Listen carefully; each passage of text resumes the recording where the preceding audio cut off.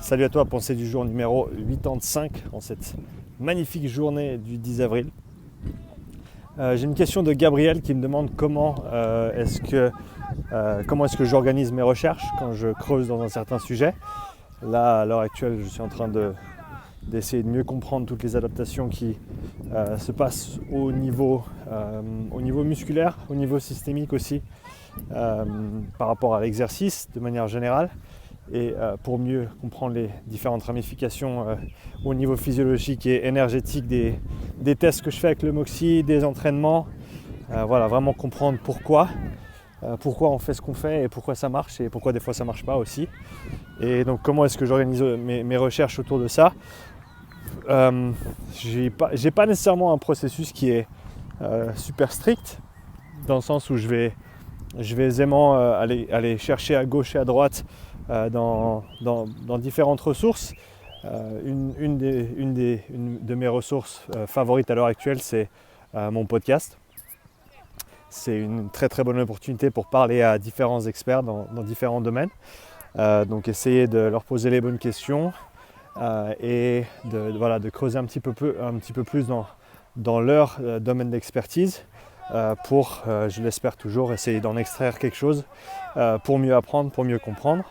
Donc il y a déjà ça, parler à des experts. Ça, je le fais donc sur le podcast. Je le fais en dehors aussi. Ces derniers jours, j'ai écrit plusieurs emails à plusieurs chercheurs qui sont dans certains domaines spécifiques pour leur poser des questions par rapport à leur papier. Papier que je trouve en général sur PubMed. Donc j'ai pas passé énormément de temps sur PubMed avant, mais ces derniers temps, je passe beaucoup plus de temps dessus. Là, ces derniers 3-4 jours, j'ai passé plusieurs heures à soit lire plusieurs papiers différents.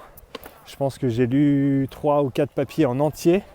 Et après, j'ai survolé, je sais pas, plusieurs dizaines de papiers pour comprendre certaines connexions. Parce qu'on lit un papier et après, on découvre qu'il y a des méta-analyses qui ont couvert ce papier et 50 autres du même genre.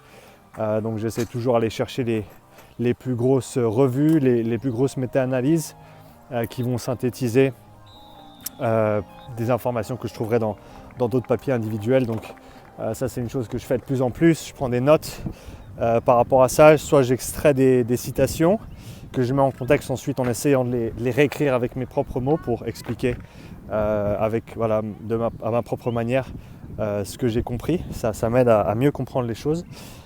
Ensuite, synthétiser tout ce que j'ai écrit, là c'est ce que je fais juste après ça.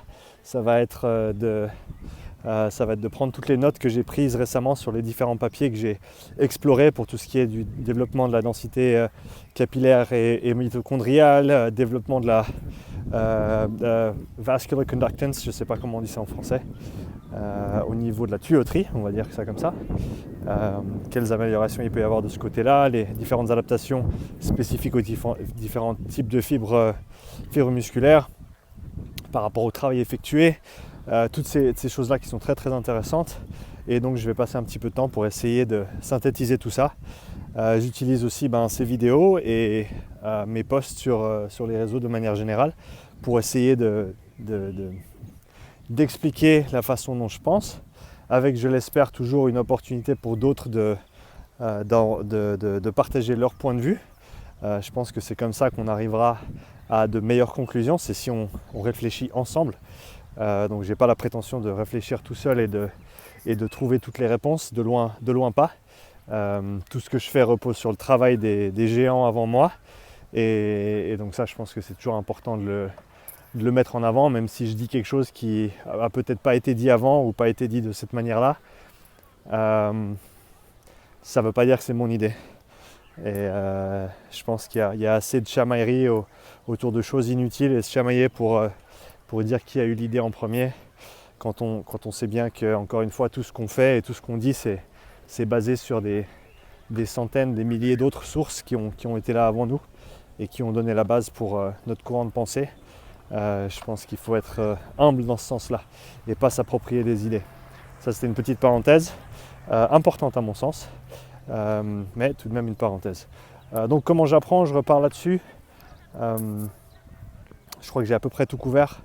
Donc les études, les revues de littérature, parler à des experts, je consulte avec des experts aussi, enfin des experts c'est toujours un mot qui est un petit peu ambigu, des gens qui font ce que moi j'aimerais faire ou ce que moi je cherche à faire depuis plusieurs dizaines d'années, donc qui ont beaucoup d'expérience dans le domaine.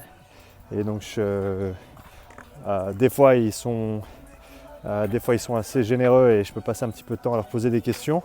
Des fois je paye pour des consultations, ce que je fais régulièrement, plusieurs fois par mois, pour revoir soit des données que j'ai collectées, soit revoir mes interprétations, avoir un avis externe et bien informé sur ce que je vais mettre en avant.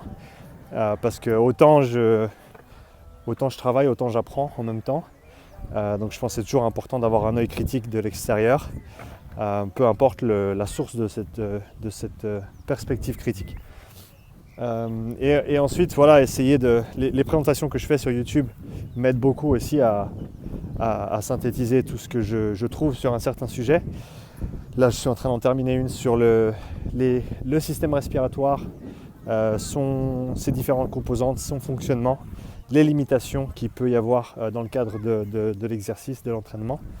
On partira sur les recommandations respiratoires dans une autre vidéo. Il faut que je creuse ce sujet un peu plus en profondeur et j'aimerais avoir beaucoup plus d'expérience aussi avec la pratique elle-même et des recommandations que j'ai pu donner à des athlètes avec qui je travaille. Même si les premiers résultats sont très prometteurs dans ce sens-là. Allez voir les autres vidéos que j'ai publiées récemment par rapport à ça. Mais je crois que j'ai à peu près fait le tour en termes de comment j'apprends. Donc j'apprends de plein de sources différentes et ensuite j'essaye de faire la synthèse et j'essaye de soumettre ça à l'opinion publique au travers de ces vidéos et présentations et posts sur les réseaux pour voir si ça tient la route, pour voir s'il y a des trous, pour voir s'il y a des questions à poser, d'autres questions à poser. Donc c'est toujours apprécié quand vous laissez des commentaires, quand vous me dites que... bien sûr, j'adore savoir que le contenu vous plaît et que vous apprenez peut-être quelque chose ou que ça a de la valeur. Mais je pense que j'apprécie aussi énormément quand il y a des critiques constructives qui peut-être mettent en avant certains biais que je peux avoir ou certains trous dans ma façon de raisonner. Je pense que toutes ces choses-là sont toujours bénéfiques. Donc n'arrêtez pas de laisser des commentaires. En plus, c'est bien pour ma chaîne YouTube. Donc si tu es encore en train de regarder cette vidéo, laisse-moi un petit commentaire s'il te plaît. Un petit like, un petit commentaire, ça aide toujours. C'est toujours apprécié. Et je crois qu'on arrive gentiment au bout de cette petite pensée du jour. Je vais profiter du soleil. En tout cas, merci d'avoir écouté jusque-là. Et bon week-end à toi. Et à bientôt pour une nouvelle pensée du jour.